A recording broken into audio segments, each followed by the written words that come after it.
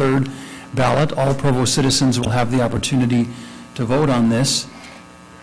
It is a proposed 0.1% tax that will be taken at the retail level. So every time you spend $10, a penny will be added that will fund this RAP tax. That will amount to, in Provo City, approximately $1.2 million per year that can be used to support and sustain and improve our recreation, the arts, and the parks in Provo City. So as part of this mandated process, we have posted this tonight as a public hearing for any to speak relative to the RAP tax and offer any opinion that they would like related to this item. So we'll open the microphone at this time for any who have come to participate in this public hearing on the RAP tax. Please begin by stating your name and city of residence. My name's Robin Roberts. I'm a resident of Provo. I'm also the chairman of the board for the Parks and Recreation here in the city of Provo.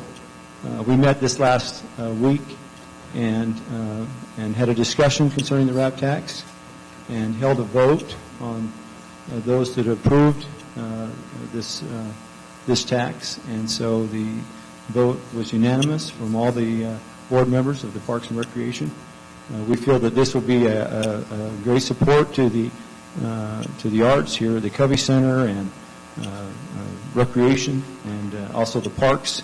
They do an excellent job in the city as it is, but with this extra money they can improve and do things that they haven't been able to do in the past. So we support this unanimously. Thank you. Thank you, Mr. Roberts. Mr. Chair, before we proceed, if I could, I wasn't sure, I can't remember now, did you open it up generally or just for one side? I opened it up generally. Okay. Under state law, it was required that we give equal time to both sides. So in order to keep track of that, it would be probably best if we, given Mr. Roberts' statement, if we heard only from those that are in favor first. Then we can keep track of how much time they have, and then we can hear from those who are against after. Okay, thank you for that clarification, Mr. Jones. So approach the podium if you would like to make a comment in favor of the proposed RAP tax. Again, my name is Brent Edgington. I live in the Grandview area of Provo, and I support the RAP tax for a number of reasons. One is it's such a small amount from each individual, and it's based on 0.1%. Many of us pay this tax. We just don't pay it to Provo. We pay it when we go elsewhere. We pay it when we're in Orem. We pay it when we're in Lehigh. We pay it at other places. And this is a means of helping us maintain the parks in the way that we want them maintained.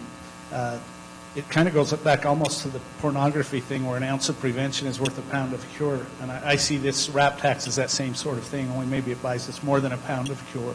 It buys us more than that. I also have 3 children who have learning disabilities. One of the things that they're talking about doing here is being able to put in an adaptive park for children who have disabilities. It's my understanding the nearest one to us is in Pocatello, Idaho, and that's a couple hundred miles away. So I support the RAP tax as well. Thank you. Thank you, Mr. Edgington.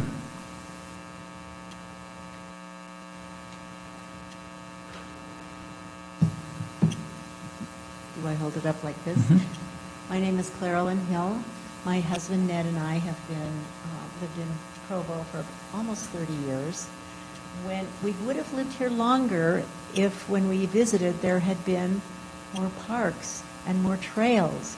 But we found that 30 years ago, it seemed pretty bleak in that way. And we were so blessed right after we moved here that Rock Canyon Park was built not too far from our house. And we have loved that park, and we have loved seeing the other facilities that have come into our community that show the value of our community in physical exercise, in community. When I go walking in the park, I see people I would otherwise not see. In having places where our preschoolers can be socialized, in having places where our grandchildren can play soccer. All of these are things that community parks do for us. And when I think about what a difference it makes in my life to have a place where my grandchildren can play soccer, to have a place where I can take my preschoolers to play and learn how to get along with other kids. And I think of that value versus the cost that I've been paying, for example, at Costco on this tax that I didn't even notice until someone told me when this wrap tax came up.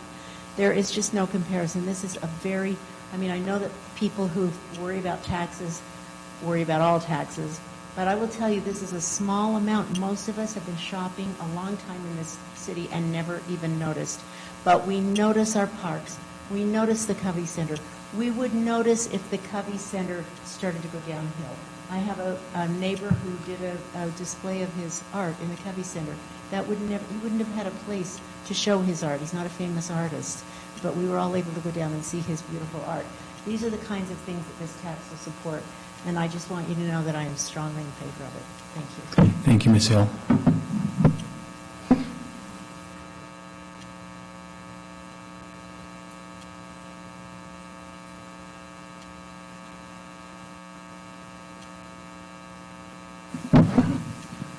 I'm Bruce Snow, and I'm a longtime resident of Provo. I have a little different feel. Are you speaking in favor of, or? I am speaking in favor, Okay, thank you. but I have a little different feel. Oh, very good. I'd like to just mention the recreation center in Provo and the feelings of the people in our area. When you go to the recreation center in Provo, you see diversity in Provo. You see tremendous diversity. And I think this is great for the city. And I think that this tax would be great for diversity, because if we look at our parks and who is in our parks, we have a diverse flavor. I think this is very important for us to make sure that we always have a great park system and diversity in Provo. Thank you. Thank you, Mr. Snow. Stuart Coburn, and I'm a resident in Provo. Me and my wife, we go running on the trails often. My grandpa also lives near Rock Canyon, and I remember coming as a kid and playing and walking down the street with my mom to parks as well. If there is there's sometimes I see things and there might be a little more improvement, and I definitely think this is something worthwhile, where it really is a small amount, as if you think about it, per year that we would be donating or being taxed to help with this, the parks and recreation. I feel like there's a simple answer that this is a beneficiary or benefit to our community. Just seeing that little example of the Covey Center as well, me and my wife like watching those, and that I thought their acting was very well. I plan on seeing it sometime this week. I would hate to lose that kind of culture in our community. I'm very for this. I feel this is money well spent and well allocated. Thank you, Stuart.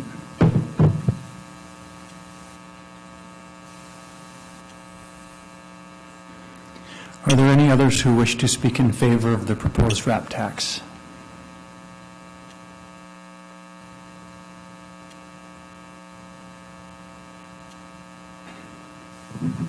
My name is Riley Bradford. I am a resident of Warren, but my grandparents live here in Provo, and currently my little sister is at the Provo Rec Center. I believe that it would be an immense benefit to be able to not only maintain but also create new areas for children to enjoy. One thing that I have seen at some of the schools in Orem is they are cutting back on how much green space the children have to play on. And it not only saddens me, but it concerns me, because children deserve a place to play, not just blacktop to play on, but they deserve a place where they can play soccer and run around and enjoy themselves. And I believe that this tax would immensely help with that. I would just like to say that I am strongly in favor of this tax. Thank you. Thank you, Ms. Bradford. If my record keeping is accurate, we allocated 10 minutes for any to speak in favor of the proposed RAP tax. Would now like to open the mic to any who would like to speak against the proposed RAP tax, and we'll allocate a similar amount of time, 10 minutes. If there are any who would like to speak against the RAP tax, they can approach the podium at this time.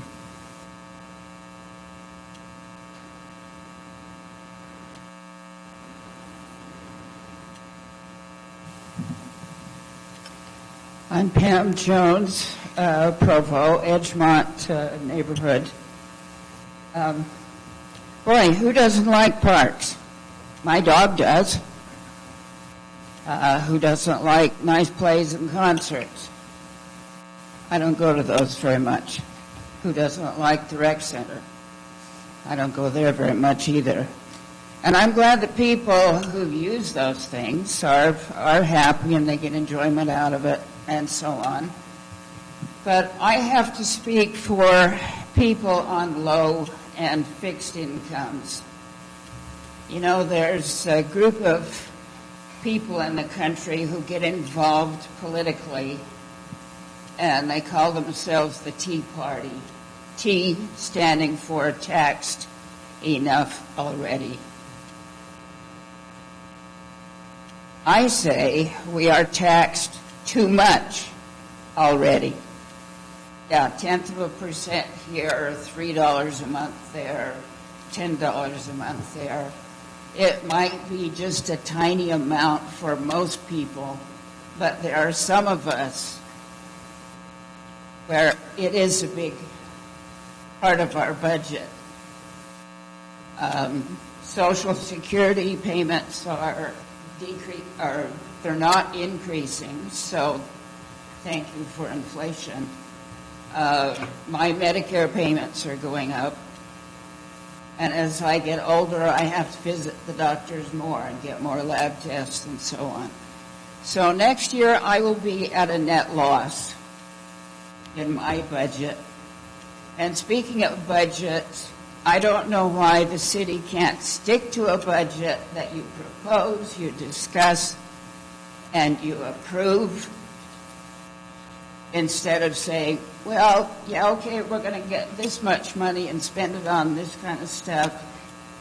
Oh, but we want more goodies, so let's make the people pay more money. I don't think that's fair. Thank you, Ms. Jones.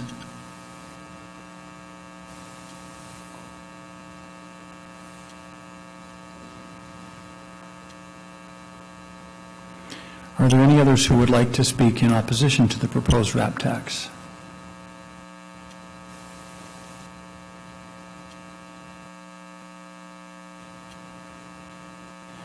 Ms. Jones, you can take 7 more minutes if you want.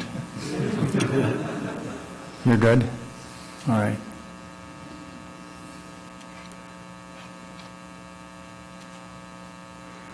If not, we'll close the public hearing at this time and appreciate all of your opinions and insights and thoughts related to this. Again, it will appear on the November 3rd ballot, and we encourage all of our citizens to vote, find their polling location. Election is just 2 weeks from today.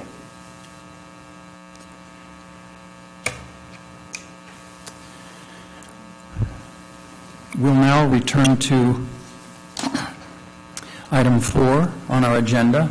This is an ordinance, a proposed ordinance amending Provo City Code Section 2.50.110 related to municipal council committees to clarify language regarding the purpose and makeup of council committees. This is an item that came to our Rules Committee. We have 2 members of the City Council who serve separately on a Rules Committee and then bring input and ideas back to the Council for their consideration. This specific proposed ordinance directs how the Council will use committees and the makeup of those committees. From time to time, we invite citizens who have special skills or interests in an area, such as budget or policy, and we include them on those committees. And this policy helps outline or govern how their work will be carried out and reported to the council. Changes that are proposed in this ordinance are that the, excuse me, that the council members will be the ones who report the findings of the committee back to the council as a whole, and that citizens who are added to the committee will be used as resources, perhaps to assist with presentations, but that the council members who represent the rest of the council on the committee will be the ones responsible to report those findings and report that data back to the committee for their consideration and vote.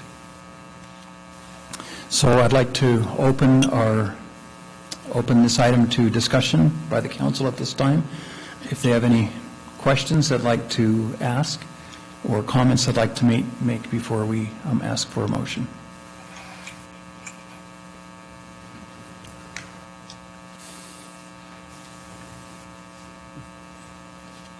If not, I'll call for a motion. Mr. Sewell? Well, I just did want to say one thing. I appreciate your work on this, Chair Garrett. Ms. Santiago came to a few of our meetings. The mayor's been very helpful with suggestions, and Mr. Miller made a suggestion last week, and I think all of those have helped to make this a useful addition and clarification on this subject. So thank you. Thank you, Mr. Sewell. Mr. Garrett? Mr. Winterton? As we've discussed these committees, it has made me appreciate even more the citizens that are participating on these committees. We have some very engaged citizens and those that really have a passion for our community, and I just want to express my thanks to them for participating with us as a council. Excellent and appropriate comment. Thanks, Mr. Winterton, for thinking to do that. I'll look for a motion then. Mr. Van Buren. Mr. Chair, I make a motion to approve the ordinance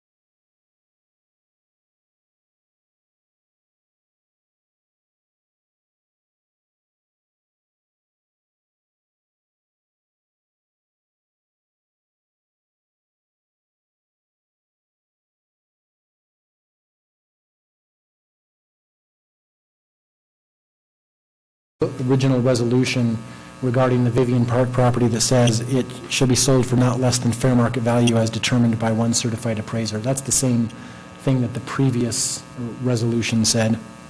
And then in paragraph 3, just to clarify things for what's happening with that jail property going forward, we included language indicating that there are 2 appraisals that the city has already received, and that notwithstanding anything else in the city code section regarding surplus property, that the council, by approving this resolution, is adopting those 2 appraisals as being the appraisals that set the fair market value. And you're also, by adopting this resolution, authorizing the mayor to deduct from that appraised value the cost of demolishing the building when determining the price for the sale of the property. So with that, I'd be happy to answer any questions about any of that. Thank you, Mr. Jones. Any questions? Do we have any recommendations? This seems like a real challenge when you put something on 2 weeks later and you have to redo it. Is there anything that we should look at as a council as far as extending those times? Why is the reason that we have it at the fiscal years rather than arranging it for a whole year? Or help me understand It's that. an excellent question, and I don't know the history behind it. In fact, Mr. Parker and I spent some time, and Ms. Riddle and I also spent some time discussing that, because it's a little bit awkward, because this provision about when it automatically comes off is based on the fiscal year, but there's another provision that requires the administration to give an annual report on the surplus property list, but that's on a calendar year basis instead of a fiscal year basis. So in discussing that with Mr. Parker and Mrs. Riddle, I think the administration will be coming forward relatively soon with a proposal to actually make some changes to the surplus property ordinance and perhaps flip the assumption around so that it actually stays on until sold unless the resolution states otherwise, or at the very least putting that fiscal year and calendar year conflict so that they're on the same basis. So I've got some meetings scheduled with Ms. Riddle in the future to talk to her about the administration's proposals for updating that, and that should be coming shortly. Other questions?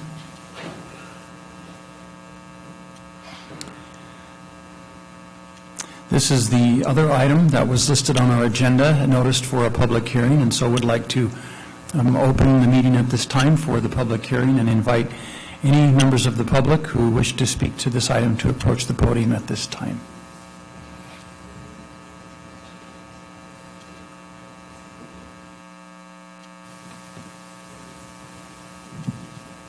Hi, my name is John Fenley, and I'm a resident of Provo. There are several items that I believe the council must know before they vote to place the old security center back on the surplus property list. Provo has a reputation for great startups, but other regions are making a compelling case for their own excellence. While Provo has been holding steady, the point of the mountain has been growing and pushing us out of the spotlight. Other cities have embraced the maker movement, and there are now many projects nationwide, such as Lasan Studios, a $45 million makerspace facility that will be about twice the size of what we propose at the University of Utah, that we need to compete with to be relevant today. I want to work with you to build a great makerspace here in Provo. The old jail is the best opportunity to build something like that for less than several $1 million. I'm not saying it will be easy, but I believe it's what's best for Provo. We fought hard for the right to inspect the building, and there was no evidence of structural damage, despite vehement testimony to the contrary. The building should not be demolished. Appraisals on the building were specifically requested to omit the value of the building. Both appraisals glaringly and conspicuously call this into the light by calling demolition an extraordinary assumption. The USPAP, Uniform Standards of Professional Appraisal Practice, defines extraordinary assumption as an assumption directly related to a specific assignment, as of the effective date of the assignment results, which, if found to be false, could alter the appraiser's opinion or conclusions. Appraisers are required to conspicuously call attention to these types of assumptions. They did not inspect the jail. They were asked to appraise only the land. And as such, I believe the appraisals are misleading. I believe they are the latest step in an ongoing attempt to sell a piece of public land to a developer at less than a fair price. This disagreement about what the building is worth is actually what makes this such a unique opportunity. You think the building is worthless, but I know it has value. This is the type of transaction where everyone wins. I may not have $500,000 cash in hand to pay you for it today, but I tell you sincerely that if I sold that property for less than $2 million, I'd feel cheated. ProVolt would provide that much value and more to the city in exchange for the piece of property you don't even want. I don't believe a project like this can be done without this type of minimal city support. If the city wants more townhomes so badly, sell them a different piece of land, but don't demolish valuable infrastructure if it can be used to benefit the community. I wish you could see my vision for Provo. I wish you could see my vision for ProVolt. Let us show you. Thank you, John.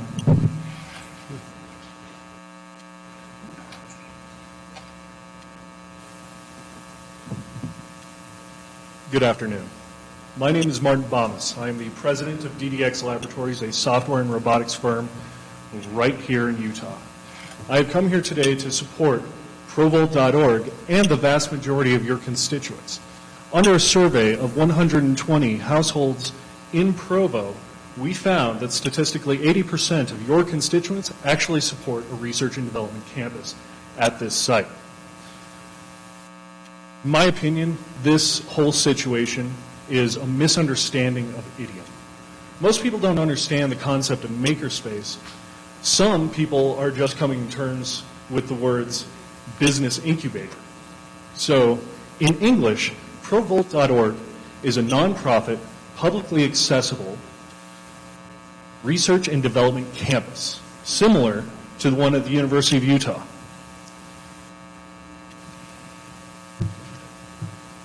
I'll be honest, I'm biased. I own a company. I recruit talent directly from research campuses like this one.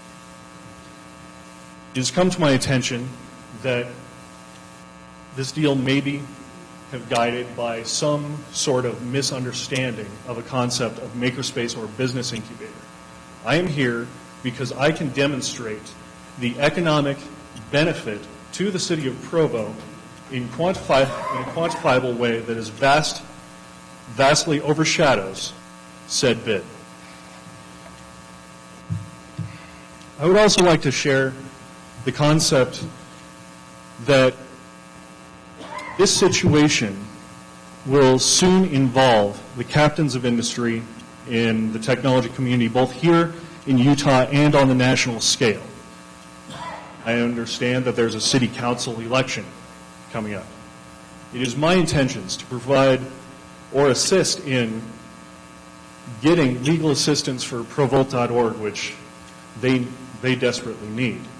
It is also my intentions of empowering the city of Provo to create places where homemade clocks are not mistaken as bombs, somewhere that real technological professionals can oversee the education and development of products and engineering for both BYU students and other public schools combined. Thank you. Thank you very much. Melanie McCord, I have no problem with the city offering those kind of services, just not here, not in this spot.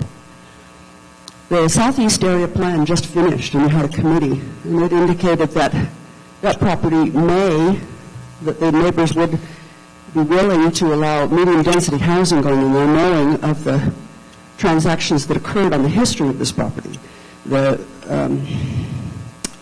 things that were stipulated to in the deal with the county jail, knowing that the city would at some point have to recoup their costs for the deal, but the neighborhood would never go for anything but residential housing up there. In fact, anything east of the Upper East Union, Lower East Union Canal is supposed to be low density, very low density. This is not the place for it. There are other spots for it, but this is not. I have some questions about the use of this money. I have some questions about whether or not selling this property will result in money that is earmarked for specific parks or specific purpose. That was the understanding that the neighborhood had. That I would like to hear about that tonight before you decide to surplus this property. Is the money from the sale of the jail earmarked for any particular purpose? And then I'd also like at least one member of the council, even if it's in closed session, to hear about what kind of offers have occurred on the property besides this $1 thing. I'm all for you, but this is not the place to do it. The neighborhood would not go for it. We were promised other things. We've promised other things for 20 years. Please take into account that there have been commitments made on this property for a long, long time. Thank you, Ms. McCord.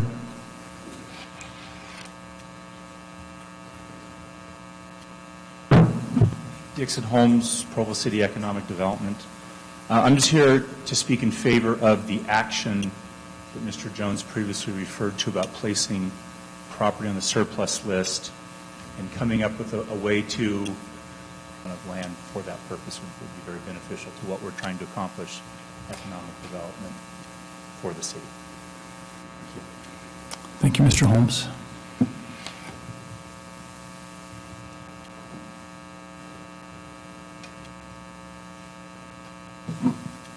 My name is Robin Roberts. I live right across the street. Just built my house there along with several other homes. So there's not too many single housing homes being built anymore.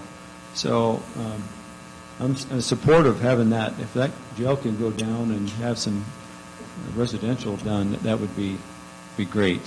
So I'm in support of, if that's going to be a sell for some residential, that would be get rid of that eyesore. So I'm in support of that. Thank you.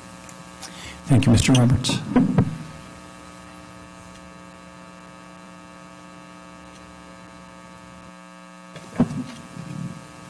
I may be retired and, as one was said earlier, taxed and seasoned enough.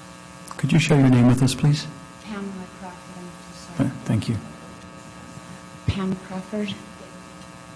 But being a member of Provo, has given me very many opportunities. I have learned to weld. I've learned 3D printing. And I'm retired. It doesn't cost anything. I go down on my own time when I'm ready to learn, and somebody's there to help me. I learn more about computers every day.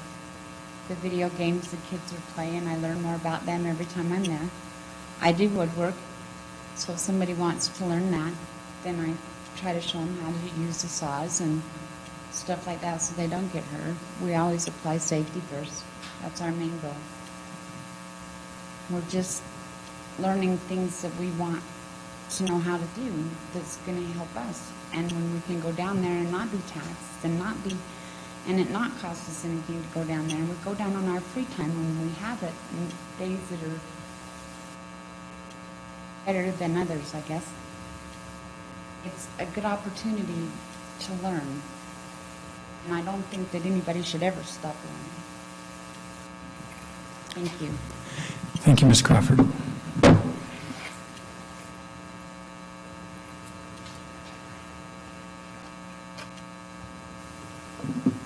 My name is Jeremy Jackson, and I've been a member of Provo since May. I think, and for me, so far, I mean, we have Provo currently. We have tools. We have plenty of tools. We have drills and drill presses and things to help build things. We just don't necessarily have space at the moment for those things. But at the moment, each of us are learning how to do different things.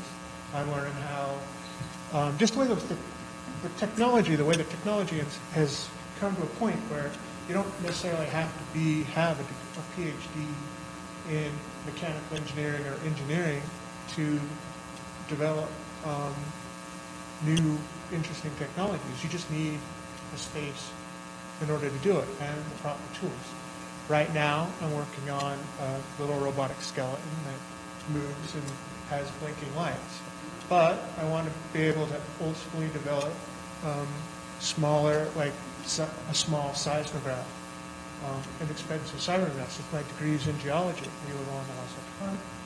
I would like to be able to develop better sensors. The technology's there where I don't have to have a lot of electrical engineering expertise. I just need a place with other people who maybe have that knowledge to help me develop those things. And just a lot of new things. People don't really understand what their purpose is and what they ultimately will be. In the 70s, nobody really had a good concept of what a personal computer was. But the Macintosh was developed in a garage. and now it's one of the biggest companies in the world. So it's just a matter of maybe changing the way we think about things. And so we just need a space, and I think the jail would be a good spot for that. Thank you. Thank you, Mr. Jackson.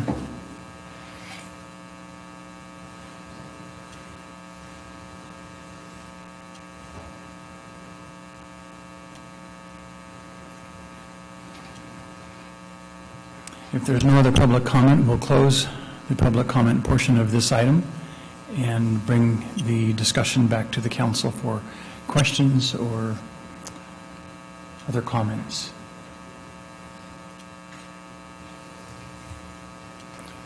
Mr. Winterton? Yes, I understand. I do have some interest in the commitments that have been on this property. I think some of this property was earmarked for some of our park. Is that correct?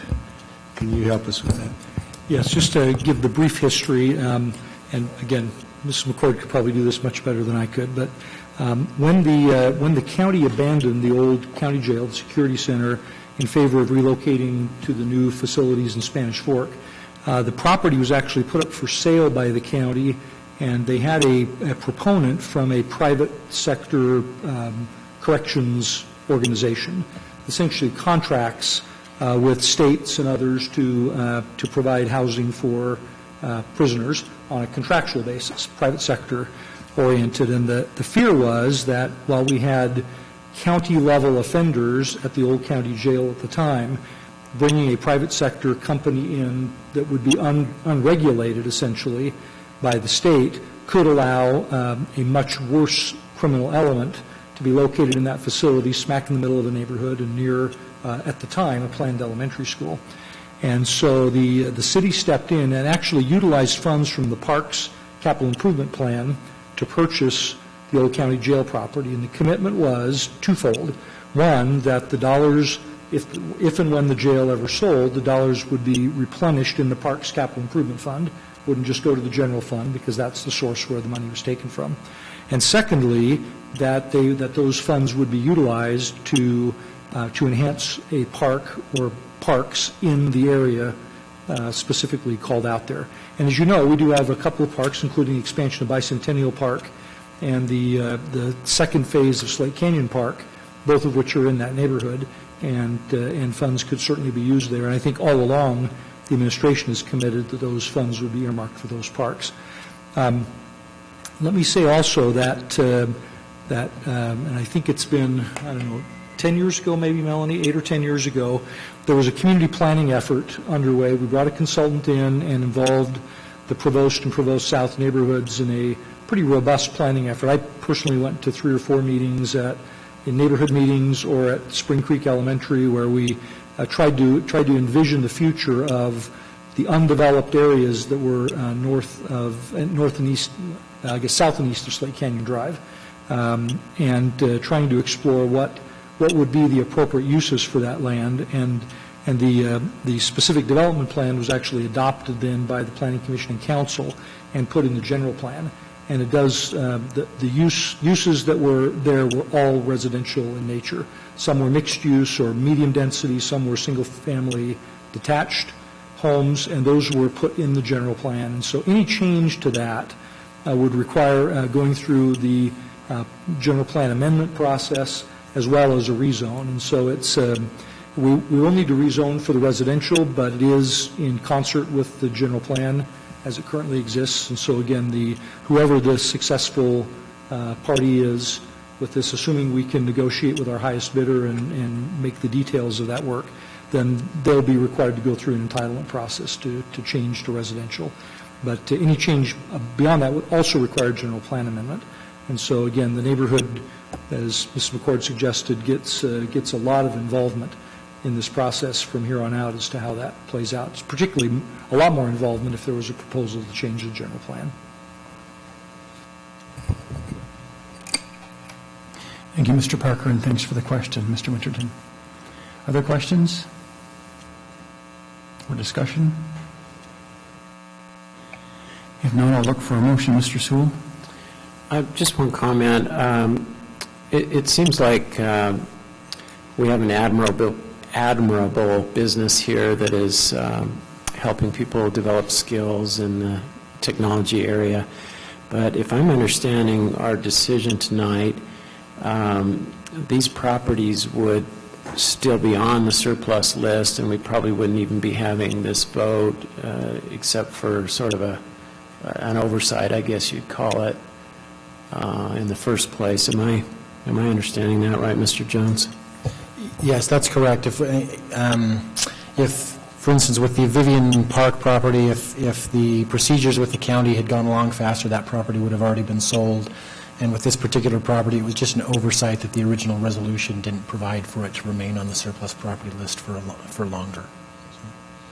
Thank you. So I feel like what I'm voting for here is just to correct that and put it back where it should have been, and that we're not really revisiting the earlier decision about how the sale should be conducted. Thank you, Mr. Sewell. Is there a motion?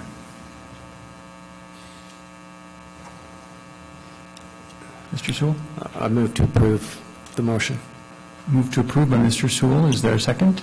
Ms. Hales, thank you. Those in favor? That vote passes unanimously. Thank you.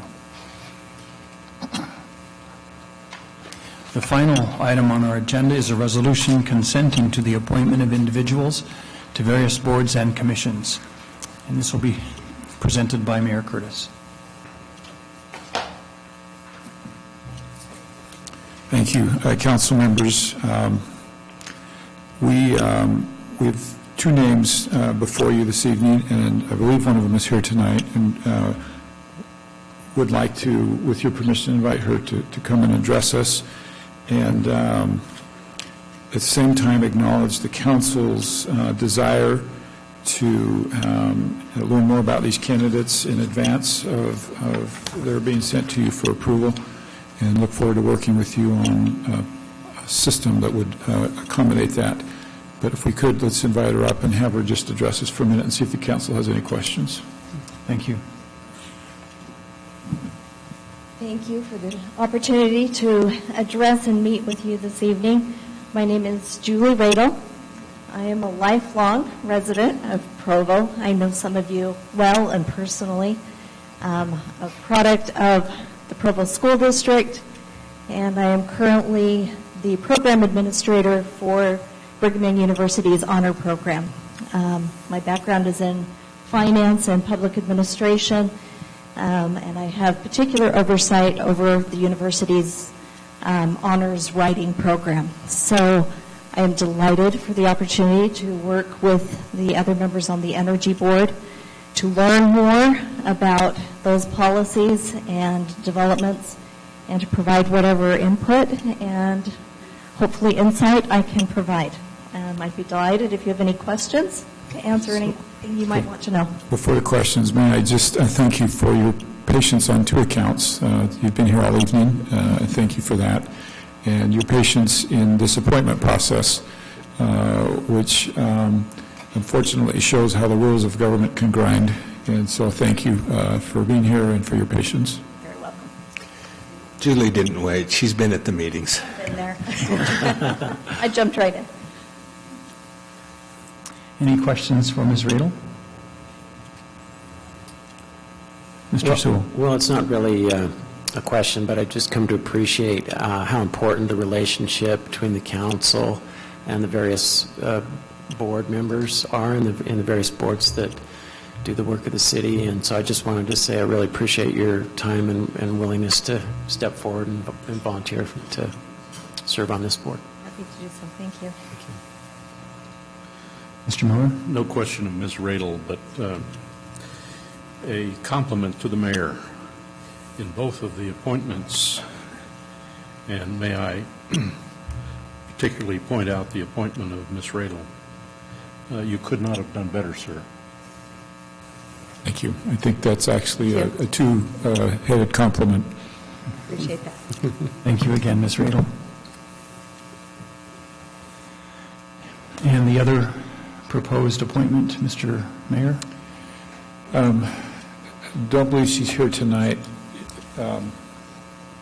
It's Susan, and Susan is actually a reappointment to the Landmarks Commission. That's right. And I believe you all had a chance to get to know Susan the other day at the joint meeting. I think that would probably fall underneath Mr. Miller's, oh, she wasn't there, but, oh, the presentation of the app, yes.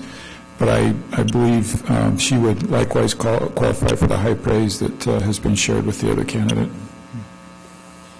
Thank you, Mr. Mayor. Any comments or questions or a motion?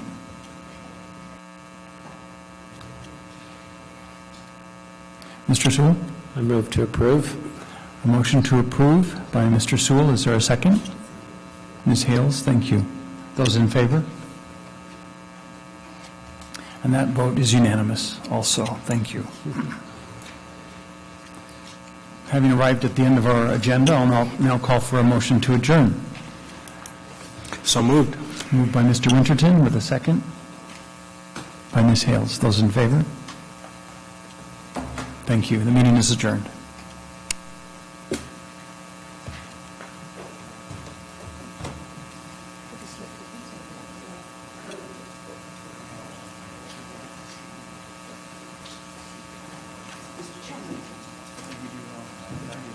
There's still no sound in your broadcast. This is the 11th time. 11th time. There have been technical difficulties preventing the public from hearing council meeting. You can see it on YouTube. There is no stream at all on channel 17. 11th. On the road, but the 11th time. Yes, I'm counting. I went back to my Facebook feed and counted how many times I had complained about technical difficulties.